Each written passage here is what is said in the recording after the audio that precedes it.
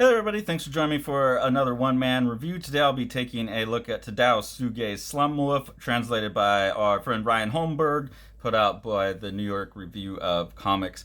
After reading Boat Life, which is the newest Tadao Tsuge book that Holmberg put out, with drawn in quarterly, I think, off the top of my head, really enjoyed that. I really enjoyed the Yoshihiro Tsuge stuff that Tadao's brother, Yoshiharu, that Drawn and Quarterly is putting out, and wound up liking Boat Life even more than that stuff. So went and got Slum Wolf and Trash Market as well from Tadao Tsuge, and wound up liking him even more. I actually had to read through this book twice because, as with Trash Market, I assumed it was a bunch of short, like disconnected short stories. I gotta go back and read Trash Market now as well, because about halfway, three quarters of the way through this book, I started realizing that I was seeing repeat characters, and I think some of these characters are in Trash Market as well. Someone who's read these maybe more than I have, more than once, could tell me. But I was like, oh, these are like, they're all satisfying short stories on their own, but they're interconnected as well across them. So I had to go back and reread it with that in mind. As I did that, actually got both clarity and more confused, but still, taken individually, I really like the stories. That big picture that I thought I was seeing is definitely there, but it's a little weird. I don't know how consistent it is with itself, going back on a second read. So I had to go back and reread this book again, which I don't usually do, but I thought I was seeing something that I had to go back and look for. And there definitely are connections. So this is probably going to be a longer review than it would have been before, but that's what we're getting into. This first story kind of sets up one of the characters that repeats throughout the book, a character named Sabu. He's like this really badass fighter guy. You also get some interesting. This is all like in post World War II Japan, and in the slums. Obviously, it's called Slum for a reason. And you have a character here asking this woman, like, hey, just don't sleep with any Americans, at least, don't do it with any of those hairy Americans. Then you actually get to see the Sabu character, this character who I've just come to know as Pops. And I remember a character being named Pops in Trash Market. I'm going to have to go look to see if it's the same character. He's telling a story to this young boy who shows up again, I think. I don't have his name, though, but he's telling about Kisei Sabu, who's an ex-kamikaze fighter. And when he was a child, he saw this guy lose a fight, which is a very unusual thing. Sabu's a really good fighter, and here he's going up against a gang of people, and so he loses this fight, and he's relaying this to this kid. So you're starting to get this legend of this guy, and I'm assuming he's the wolf because they call him that later. Now, I get a little confused throughout the book because there's a character that has an eye patch who here is being called Sabu. Yeah, give it to him. Stab this American, that this gal, he thinks that she's sleeping with the American, and he told her not to. And he's got this eye patch here, so I assume Sabu's the character with the eye patch. But later on, they call him Same the shark, and Sabu's a different character. So I did get confused in this book where, people would have a pretty distinctive feature like that, and then a name would be attached to them, and I'd see them somewhere else with a different name, and then a character looking different. So if anyone else, and then I don't normally read the essays. Ryan Holmberg does an awesome job with these really well-researched essays that I just don't have the extra time. I'm trying to get these read and do videos and get back to my work and my own books and stuff. But I had to skim through this one to see if he said anything about the changing names to different looks of the characters, and I didn't see anything in there about that. So if anyone knows more about these characters and stuff, if I'm just missing something, I really appreciate it. So that's the first story, kind of this Pops character relating this story of Sabu getting in a fight. And then I'm not sure if the eye patch character is Sabu or Same the shark. The second story in the book is about a character named Ryokichi Agoishi. That's this character here. He's like a salaryman at a company. He's been there for a long time, and he's getting a promotion, which means he's going to be sent out to the countryside. And so people are seeing that actually as like a demotion for him. I think this is the same kid as in the previous story. He looks like he's drawn the same as the kids that's listening to Pops. I think that's who it is. And now he's getting to know and listening to Mr. Agoishi as he's talking about, this job transfer. And that's kind of a common thing. This character, I don't know if this is maybe supposed to be Tadao Tsuge, and he's like reliving some of his memories growing up in the slums. I'm just not quite sure of the structure of it. Then the third story, called Sounds, this looks to me like the Pops character from the first story, kind of with the glasses and the lighter hair. There's an implication in here. The cover where he's pulling on these guts is part of this story. And there's kind of an implication here that this character is a serial killer, but it's not like totally played out. He's definitely seen like this sexy girl, and it seems tense, and it seems like there's some murderous intent here. But that doesn't get followed up later in the book. So each one of them works really well in isolation. I thought I was going to get a cool, bigger picture when it all comes together, but really when I started looking at the totality of it, I just got a little bit confused.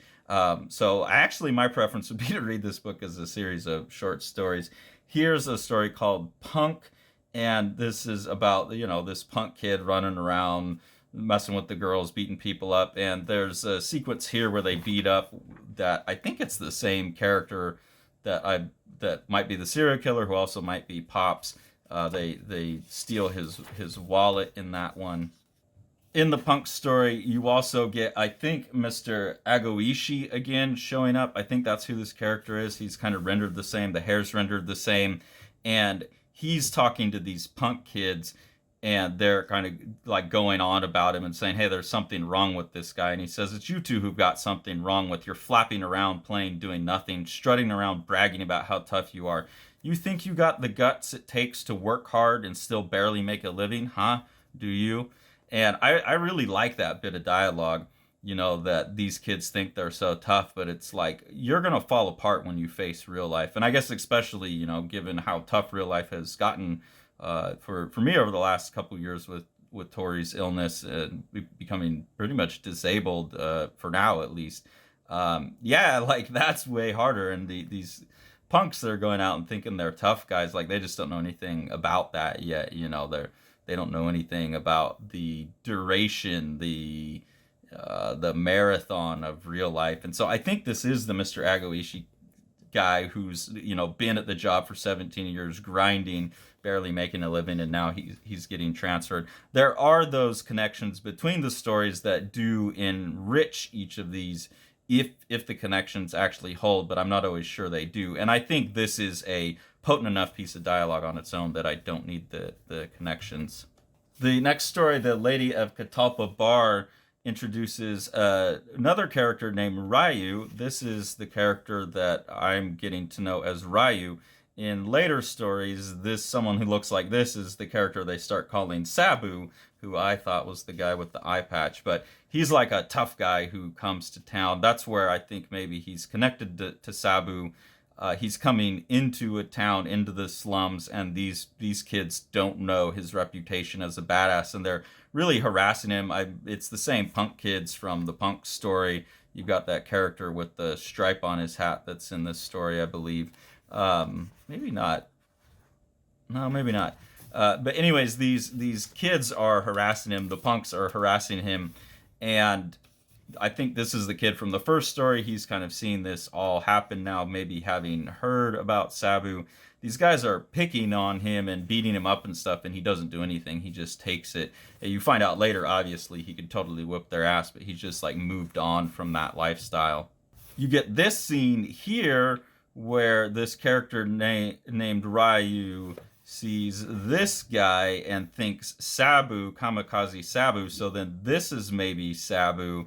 This guy calls himself Ryu, and they fight, and someone gets called the Wolf, but I'm not sure which one of them that's applied to. And then later in the book, this character that is here being thought of as Sabu is called Mr. Gin. So again, I'm getting really confused about the Sabu. Maybe that's part of the point of it, is that the Sabu is like this mysterious character of a good fighter.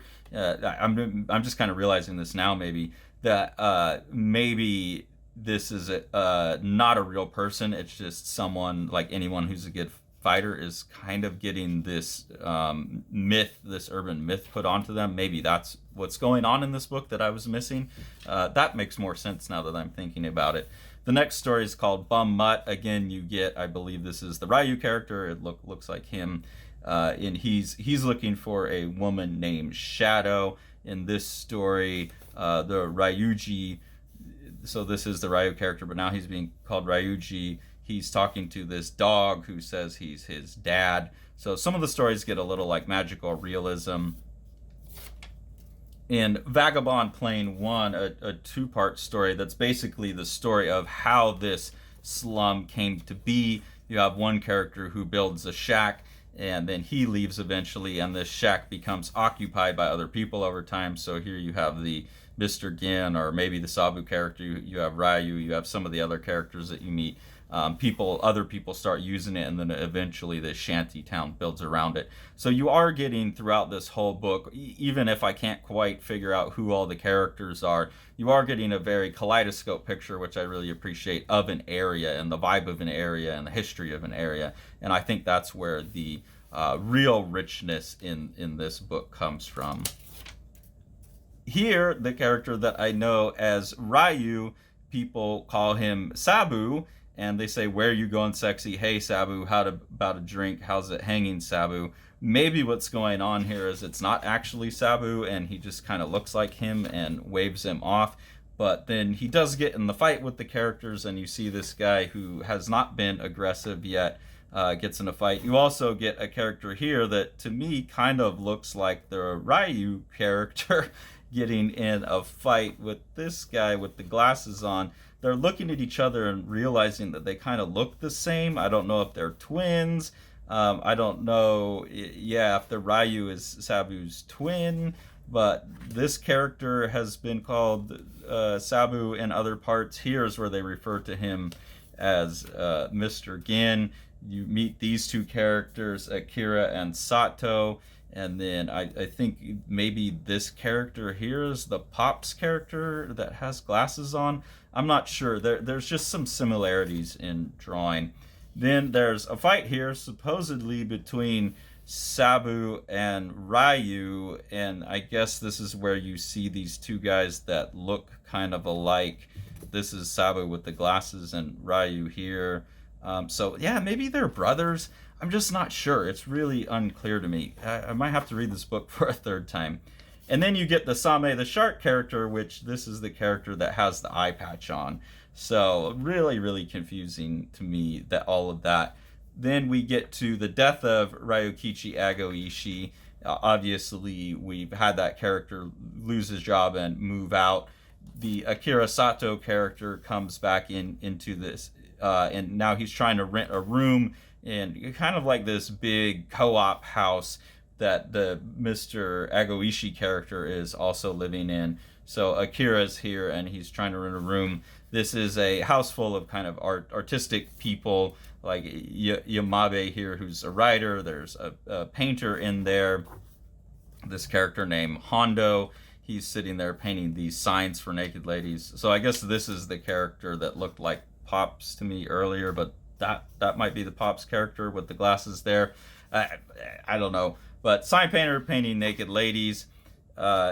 Here, Akira gives his name as Kaga, even though they prior named both his first and last name, and not having either of those names. So again, this Akira Sato character, and some of the bums talk about not giving your real name either, and I think that's further confusing the picture. So I think this is all intentional. I don't think this is poor cartooning or poor writing on Tadao Tsuge's part. These are all masterfully drawn and masterfully cartooned. I just think that was part of the culture in the slums, and he's representing that idea of these mythical characters, these people who are giving different names, the people who will give the name of someone who's died and trying to pass themselves off as that. I think that's what's going on in here. It just Once I realized I was seeing repetitions and went back and reread it, it made it a bit of a confusing read. And here we get this Ryukichi Egoishi character. Now this is the Agoishi character supposedly, and it looks nothing like the guy previously. This looks like the character that I thought was Pops, not the character before. So it's just stuff like that's confusing the shit out of me. And again, maybe he's just taking this guy's name and using it in the slums. I'm not sure. Really intense, well written and well drawn scene here though, where he gets a former lieutenant of his, someone who commanded him in the war, and basically sent him on these kamikaze runs, and all like everyone but him and like one other people from his squadron died, and he's only the one of the survivors, and he's got this gun, and he comes out to meet this guy, and the guy gives him this speech about, like, go ahead and shoot me if you want. And it's this really intense moment where he's like, what, you think I don't live with this all the time? So really, really interesting. Again, the emotional depth of these stories being written, these are throughout the 60s and 70s in the Garo magazine. 69 through 76, I think, is the latest one in here. Yeah. I mean, comparing this to like what was going on in American comics at the time, it's just so interesting to see such more mature work being done in an environment where they didn't have the comics code put on them and all that stuff. And you really see like light years how far the Japanese were ahead, and I think probably still are ahead, because they started out ahead from this point. In the back of these, as well as the Trash Market book, you have these series of autobiographical articles that Tadao Tsuge wrote, titled the Tadao Tsuge Review. So that's a cool little bit. And then you get Ryan Holmberg's long form essay in the back here, where he's really doing like the Lord's work as a historian, really piecing together the history of the underground and manga, the Garo scene, and this whole group of artists. The Tsuge brothers working with Mizuki and everyone coming out of that. I think this is really great academic work being done outside of academia, and that's probably where the most interesting things are going to be done, because Ryan, as a rogue academic, can do things right without having to play by any of the constraints of academic writing and stuff. And I think this is the right way to do it. I really think what Ryan's doing as a career project with these translations and always having the essays in it is really cool and really smart. And I look forward to the time where I have time to sit around and read long form essays like that. But if you've not been getting all the stuff that Ryan Holmberg's translating, you're really missing out. I think the Tadao Tsuge stuff, as much as I was complaining about being confused about the characters in this, I think there is a really rich wealth of like mature adult, like intense storytelling that deals with real human problems, and they're a real pleasure to read. So I will definitely grab anything else by Tadao Tsuge. Plaza by Yokoyama Yuichi. This is translated by Ryan Holmberg and is very large for a manga, so that's a really cool feature of this book, this standard manga size. And this is just a 200 some odd page representation of what Yokoyama Yuichi thinks of the Carnival Parade, and he's just made this like relentlessly loud and rhythmic book that pushes all kinds of amazing boundaries of what comics and manga are, and we could not recommend this book more.